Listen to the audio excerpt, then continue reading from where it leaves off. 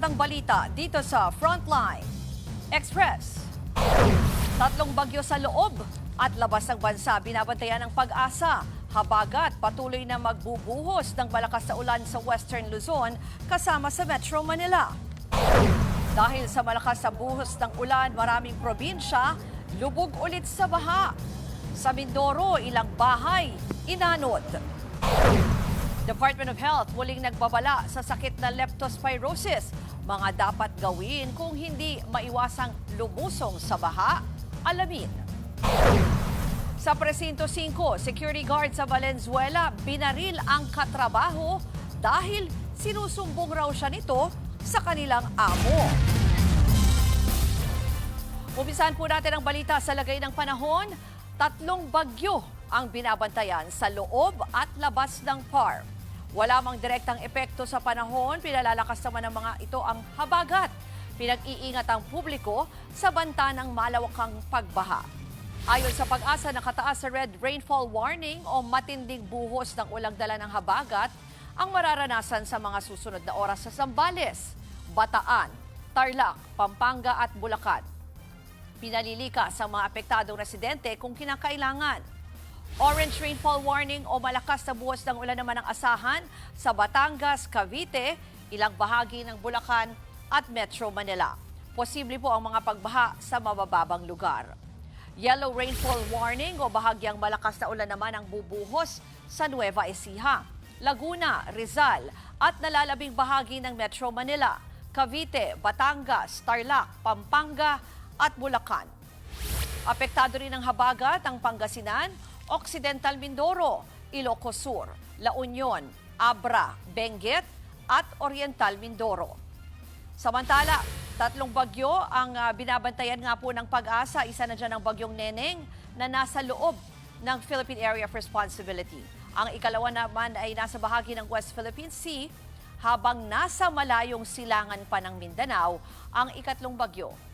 Ayon sa Pag-asa, hindi po tatama sa lupa ang tatlong bagyo pero hahatakin ng mga ito ang habagat na siyang magpapaulan sa bansa.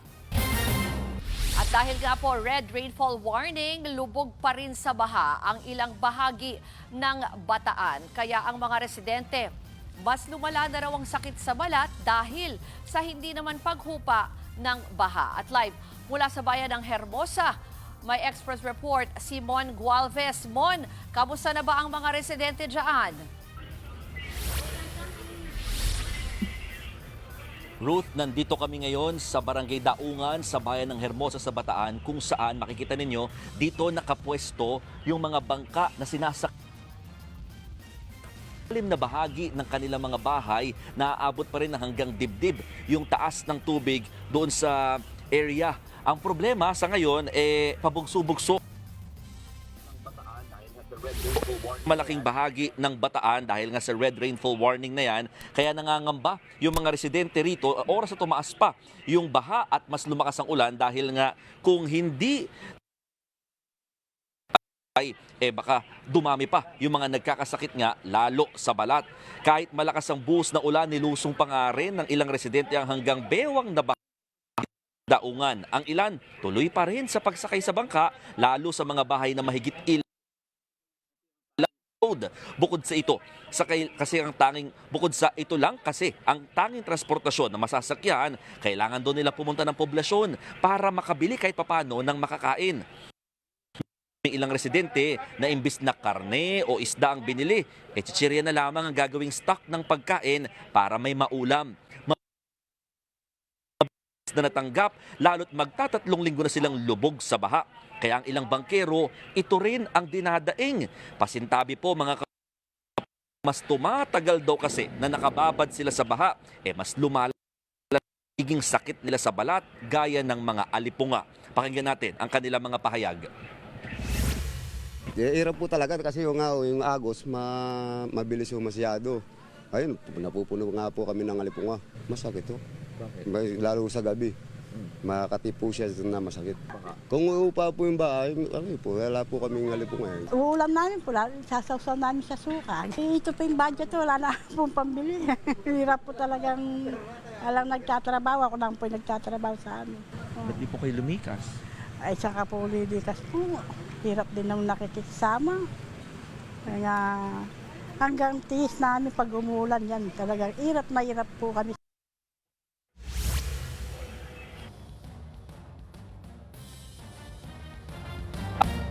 Nagpapatuloy ang ginagawang rescue operations para sa mga stranded na residente sa ilang barangay. Kinakailangan pa rin kasi ng rescue boats lalo't abot bewang ang baha ng pag-ulang nararanasan. Na naman na malakas na ulan dito sa lugar kaya halos mabilis din umaangat yung baha dito sa area. Actually kanina medyo malayo-layo pa kami pero ngayon halos talagang palapit na kami ng palapit dito sa pinaka yung tubig dito sa lugar. Kahapon halos isang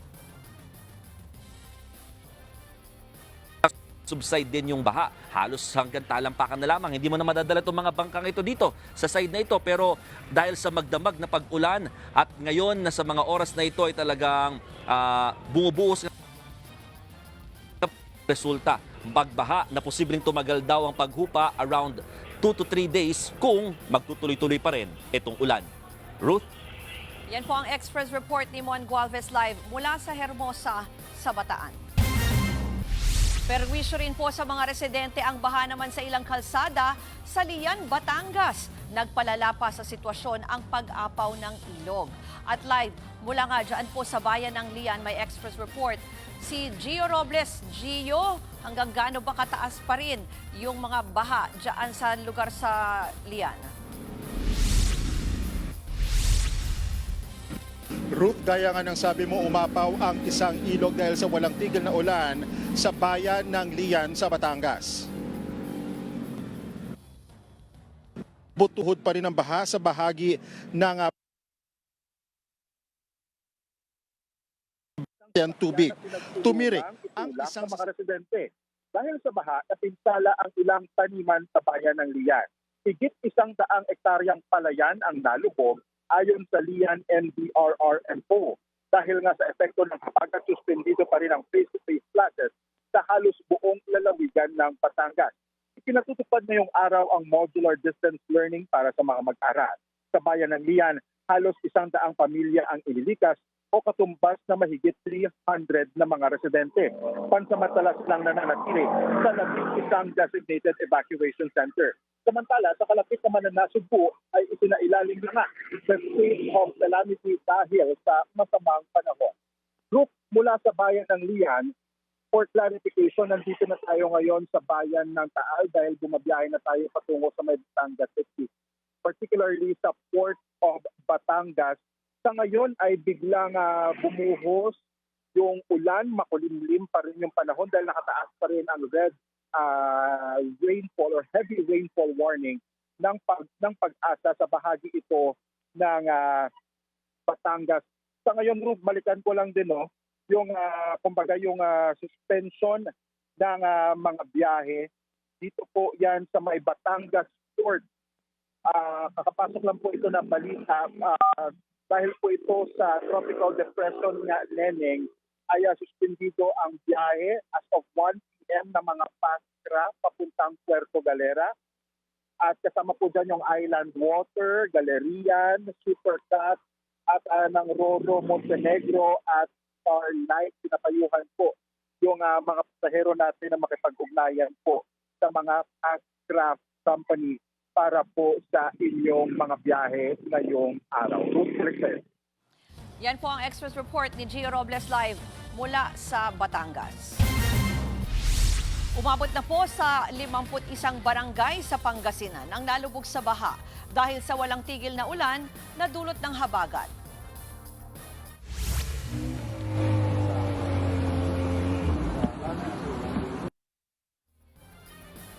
Sa bayan ng Bugalyon, gumamit na ng rubber boat ang ilang residente dahil sa abot bewang na baha. Nagbisulang ilog din ang ilang kalsada roon.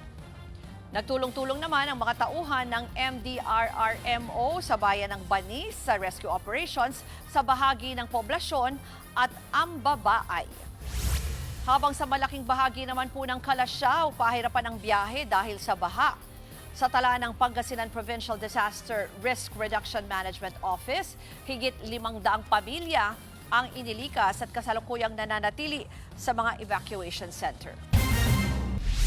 Sa loob ng 8 buwan, umabot sa higit 3,000 ang naitalang kaso ng leptospirosis sa bansa. Sa datos ng Department of Health, nasa 3,440 ang leptospirosis cases mula Enero hanggang August 8. Mas mababa raw yan ng 35% kumpara sa mahigit 5,300 cases noong nakaraang taon sa kaparehong mga buwan.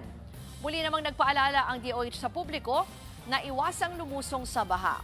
Kung na-expose at wala naman pong sintomas hanggang 48 oras, mas mainam pa rin daw na magpakonsulta upang mabigyan ng tamang gamot at prophylaxis. Abiso naman sa mga miyembro ng Social Security System o SSS. May alok na emergency loan program ang ahensya para sa mga apektado ng mga kalamidad. Hanggang 20,000 pesos ang pwedeng mahiram sa SSS. Qualified po dyan ang mga miyembrong may 18 buwan at higit pang kontribusyon at nakapaghulog sa nakalipas na 12 buwan. Para naman sa mga nais maka-avail ng emergency loan, bisitahin po ang website ng SSS o pumunta lang sa kanilang tanggapan. Susunod, yellow rainfall warning tinaas sa mga probinsya ng Pampanga at Bulacan. Yan at iba pang balita sa pagbabalik ng Frontline Express.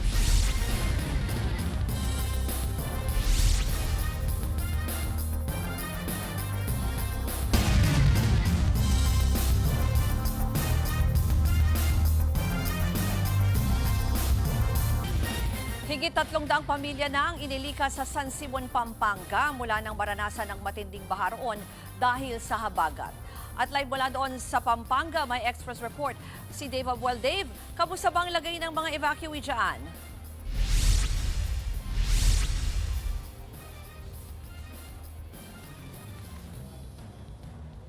Ruth, nandito tayo ngayon sa Elementary School na nagsisilbi muna bilang evacuation center ng higit 50 pamilyang nasalanta ng baha dulot ng ulang dala ng habagat dito sa bayan ng San Simon sa Pampanga. Kinailangan nilang lumikas ang bahay matapos umabot hanggang dibdib ang baha.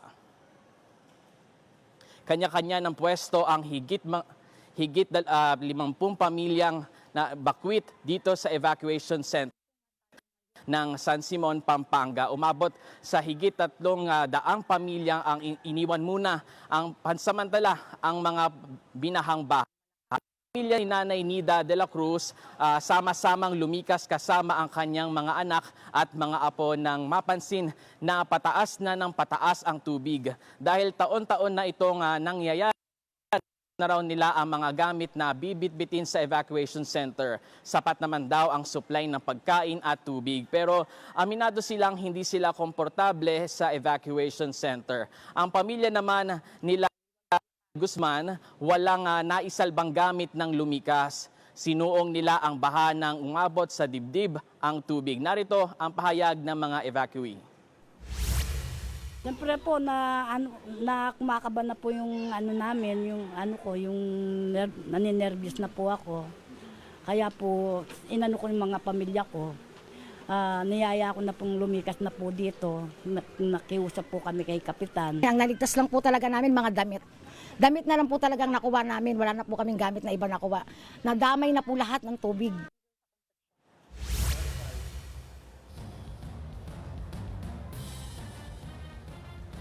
Samantala sa Apalit, tila in-enjoy ang matinding baha. Nagmisdulang resort ang bahagi ng bypass road sa Barangay Baluklok. Masayang nagsipagligo ang ilang dumayo sa lugar at nagpiknik pa. Ruth, tila pa ang mga evacuee dito sa paaralan. Buong araw na naman kasing malakas ang ulan. Ayon sa mga pamilya rito, may supply naman sila ng pagkain at tubig. Meron ding mga volunteer na pumunta bahagi ng makakain. Yan muna ang latest mula rito. Balik sa inyo. Yan po ang Express report ni Dave Abuel. Di pa nga humuhupa ang bahang dala ng ulan nitong mga nakaraang linggo ay mas tumaas pa rin po ang tubig dyan sa Bulacan dahil sa patuloy na banta ng habagat. At live mula sa Baliwag, Bulacan, may express report si Daniel Dayaw. Daniel, naku, pataas pa pala ang tubig dyan. Hanggang saan na ba?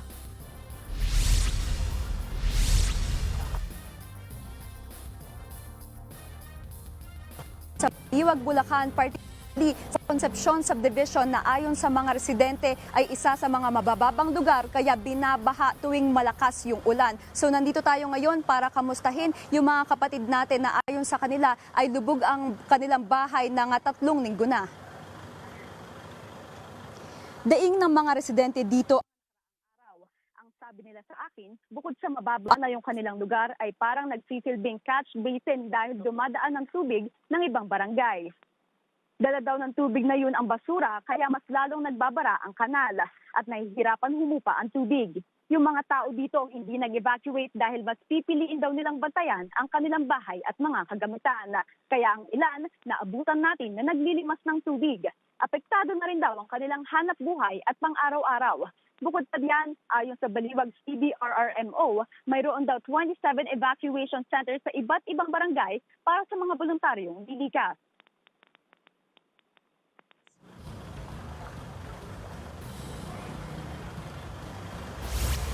Ruth, patuloy pa rin nga ang pag-ulan dito sa Baliwag, Bulacan at sa aking kinakatayuan ay nandito tayo sa Center Concepcion Subdivision at kung makikita mo sa aking likuran ay umaabot hanggang binte. So nung dumating tayo kanina dito, Ruth, ay ankle deep pa lang pero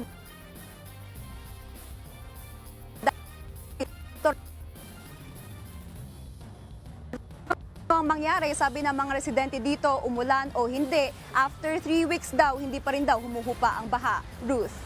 Yan po ang express report ni Mobile Journal Daniel Dayaw live mula sa Baliwag, Bulacan. Susunod, security guard sa Valenzuela binaril ang katrabaho dahil sinusumbong daw siya nito sa kanilang amo. Yan at iba pang balita sa pagbabalik ng Frontline Express.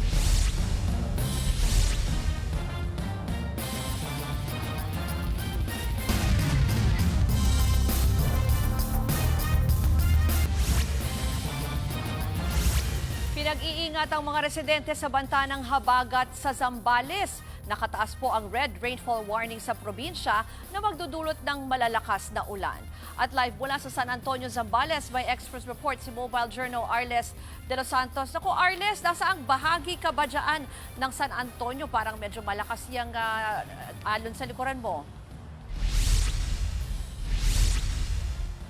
Ruth, nandito tayo ngayon sa Barangay San Miguel sa San Antonio sa Zambales kung saan pabugso-bugso pa rin ang ulan na nararanasan at malalakas pa din ang hangin dala nga ng habagat. No? Kaya yung ilang mga residente namomroblema at nagtataka kung paano nga yung kanilang mga kabuhayan. No? Dahil hanggang sa ngayon ay nakataas pa rin ang red heavy rainfall sa buong lalawigan ng Zambales.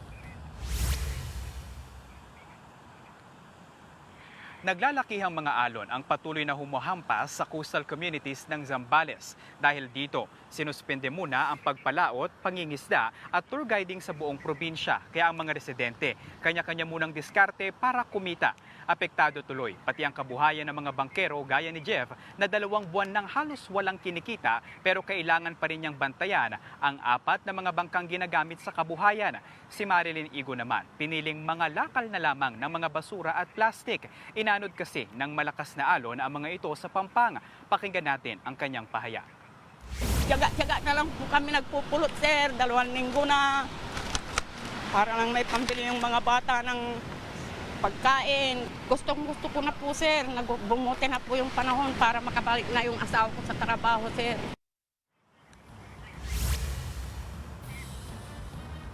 Ruth, magdamagang ulan din ang naranasan sa Olongapo City.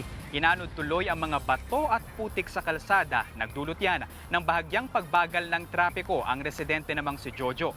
Tila nagkaroon ng instant waterfall sa labas ng kanyang bahay sa Barangay Kalaklan dahil sa pag-agos ng tubig mula sa katabing bundok at ang tinapal na sandbag ng barangay na layon sanang pigilan ng pag-agos ng tubig papasok sa mga bahay, tila nakaperwisyo pa raw. Sa kabila niyan, wala silang planong umalis sa lugar. Heto at ating pakinggan. Hindi naman kasi unang-una mahirap din namang lumipat ng mangungupahan ka lang, di ba? Bago dito hindi kami nagbabayad ng upa kasi sarili namin yung bahay, bali tubig lang tsaka ilaw, ganyan. Ruth, balik tayo dito sa Barangay San Miguel sa San Antonio sa Zambales kung saan dito mismo sa ating tinatayuan, Ruth, no, ito dati ay mahabang hilera ng mga cottage na nagsisilbing tuluyan sana ng mga turista kapag katag-araw, lalo no, noong 2025, Ruth, ay umabot sa 400,000 na mga turista ang nagpunta dito, pero sa ngayon ay hindi nila sigurado kung saan kukuha ang mga negosyante ng pampatayo muli rito, no, dahil aabot, Ruth, no, sa 4 na pong mga cottage ang nasira bunsod ng malakas na ulan at hangin ng habagat. At ito, Ruth, na tinatayuan natin, no, umabot daw dito ang tubig at itong nakikita ninyo sa inyong screen na mga alon ng dagat na yan, no, doon pa daw sa unahan yung pampang, no, kaya labis ang kanilang pagkaalarma dahil baka hindi ang mga cottage na nakaposisyon dito ang huling masira dala ng habagat. Kaya, Ruth, ang paalala ng mga otoridad dahil nakataas pa rin ang heavy rainfall warning ay manatiling nakaalerto ang mga residente at ang mga flood-prone areas ay dapat maging handa ang mga nakatira doon. Yan muna ang latest mula rito. Arles, nabanggit mo na nga yung naging epekto dati, no, na nawala yung mga cottages dyan. Ngayon, red rainfall warning, heavy rainfall. Wala pa talaga, yung iba sa ibang bayan ayaw umalis. Dyan sa coastal community na yan, hindi ba magkakaroon dyan ng forced evacuation kung sakali? Sa ngayon, Ruth, ay wala pa tayong nakikitang forced evacuation na ginagawa ng mga otoridad dito, no? Dahil so far, yung ilang mga residente na mayroong mga kubo na nakalagay dito ay tumatawid muna sila sa kanilang mga kamag-anak sa kabilang kalsada o sa kabilang mga barangay, no? Pero actually, Ruth, bago pa pumasok dito ay may mga kalsada na din na baha pa rin hanggang sa ngayon, no? Sa ating obserbasyon, wala itong mga drainage at yung ilang mga palayan ay nalubog na din sa tubig baha, no? Kaya sa ngayon, Ruth, talagang kanya-kanya muna sila ng diskarte hanggat matapos itong habagat at ang kanilang dasala ay tumahimik or kumalma muna ang langit dahil kailangan pa raw nilang kumita para sa kanilang araw-araw na buhay. Yan po ang Express Report ni Mobile Journal Arles de los Santos live mula sa San Antonio sa Zambales. Sa Occidental Mindoro naman, inanod po ng baha ang ilang bahay dahil sa walang tigil na ulan. Kita sa video ang paglamon ng ilog sa bahay na yan sa poblasyon Abra de Ilog. Nagsilambutan na kasi ang lupa sa gilid ng ilog dahil sa pagragasa ng tubig baha. Sa bayan ng Mamburao, nailigtas ang 8 residenteng stranded sa lampastaong baha. Habang sa Magsaysay, naipit din po sa baha ang 2 nangunguha ng kahoy sa ilog. Nasagip naman sila ng rescuers. Sa programang One Balita Pilipinas, pinakita ni Occidental Mindoro Governor Eduardo Gadiano ang pagkatibag ng mga lupa dahil sa umaapaw na mga ilog sa probinsya. Ito po ba'y umapaw na at nakakaapekto na po sa inyong bayan?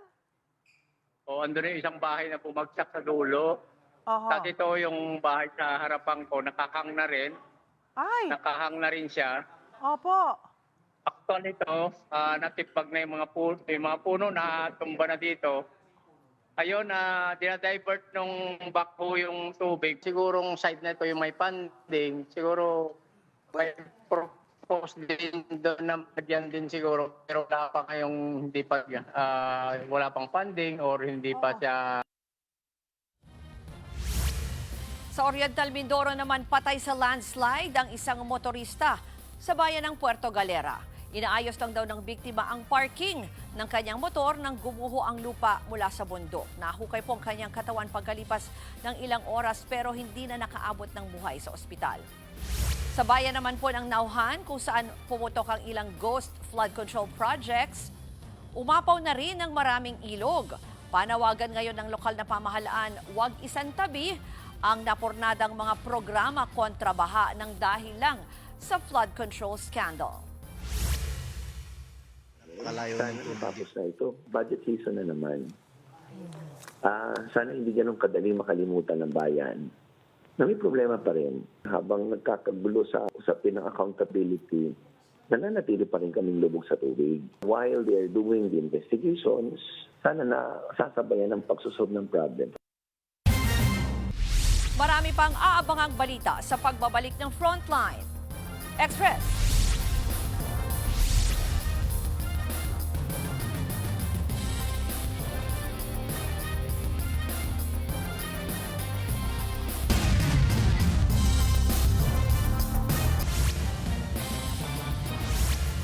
Nanindigan ng Malacanang na lagi silang transparent sa mga biyahe abroad ni Pangulong Bongbong Marcos. Kasunod ito ng panawagan ni Vice President Sara Duterte ng transparency sa travel expenses ng mga opisyal ng gobyerno.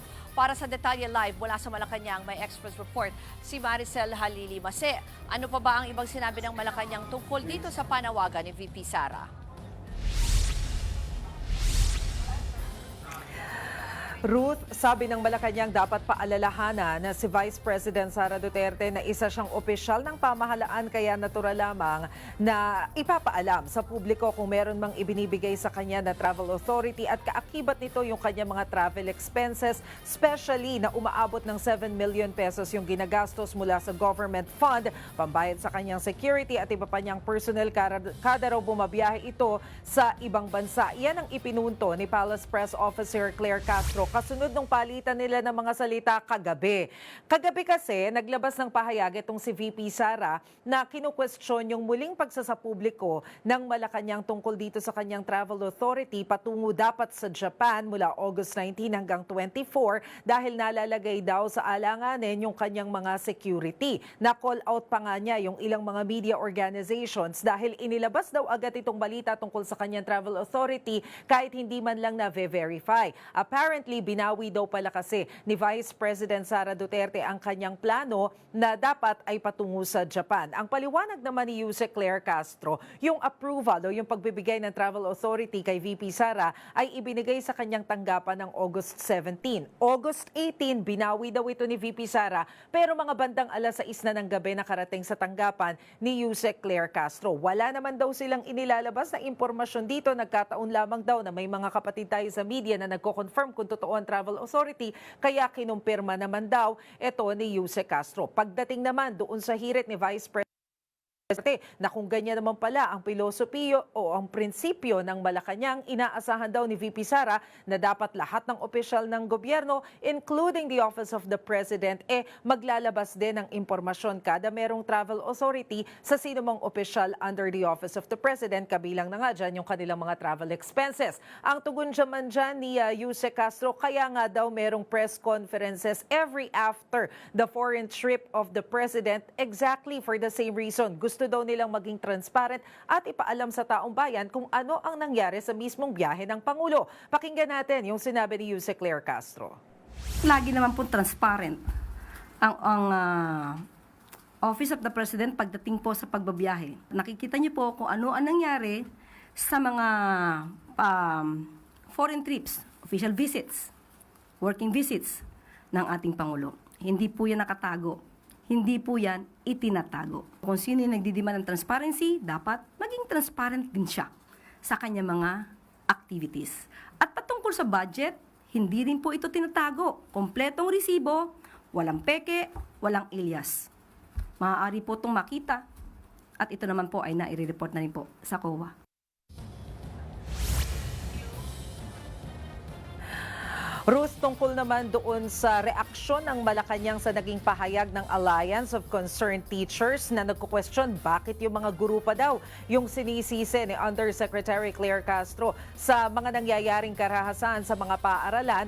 Ang tugon dyan ni Yusek Claire Castro, kung meron man daw dapat na mag-sorry, yun daw ay yung mga nagbibigay ng maling konteksto sa kanyang pahayag. Ang pinatutukuyan nga niya ay yung ACT Party List. Dahil ang sinasabi ni Yusek Castro, hindi daw niya nilalaman lahat ang mga guro. Wala raw siyang sinisising mga guro, bagamat pinapaalalahanan daw niya yung iilan na talaga naman daw hindi sumusunod sa alituntunin. Kanina nagpakita pa siya ng mga larawan ng mga guro na sinasabi niyang lumalabag sa mga panuntunan. Kabilang na dyan yung mga guro dun sa isang paaralan sa Davao kung saan nahekel si Pangulong Bongbong Marcos, and meron din siyang ipinakita na guro na nagtuturo sa isang mag-aaral kung saan ay tinatawag na mga negatibong termino si Pangulong Bongbong Marcos. Pero muling paalala ni Jose Castro, hindi daw niya tinatanggal ang kanyang paggalang sa mga guro dahil mismong ang nanay daw niya isang guro sa high school o public school sa secondary level. Pakinggan natin yung paliwanag ni Jose Castro. Sa ACT Teachers Party List, hindi po ito paninisi. Sana ilagay po natin sa tamang konteksto ang aking sinabi. Hindi ito pag-atake sa mga guro. Kung meron silang sasabihin,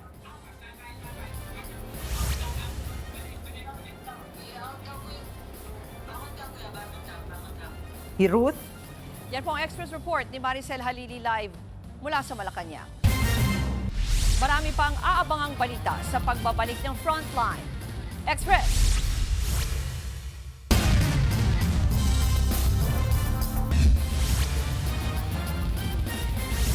Ngayon pong maulan, pahirapan ang pagko-commute, kaya ang Department of Transportation may alok na libreng sakay. Kabilang sa mga ruta ng libreng sakay ay mula Quiapo hanggang Fairview, Divisoria pa Cubao at Divisoria pa Monumento. May libreng sakay rin po mula Marikina pa Cubao at Monumento pa Pitex. Nagsimula ang libreng sakay kaninang alas 6 ng umaga at magtatagal hanggang mamayang alas 8 ng gabi. Kami po ang inyong kapatid sa Balitaan at Public Service. Walang iwanan sa Frontline Express. Ako po si Ruth Cabal. Magandang hapon.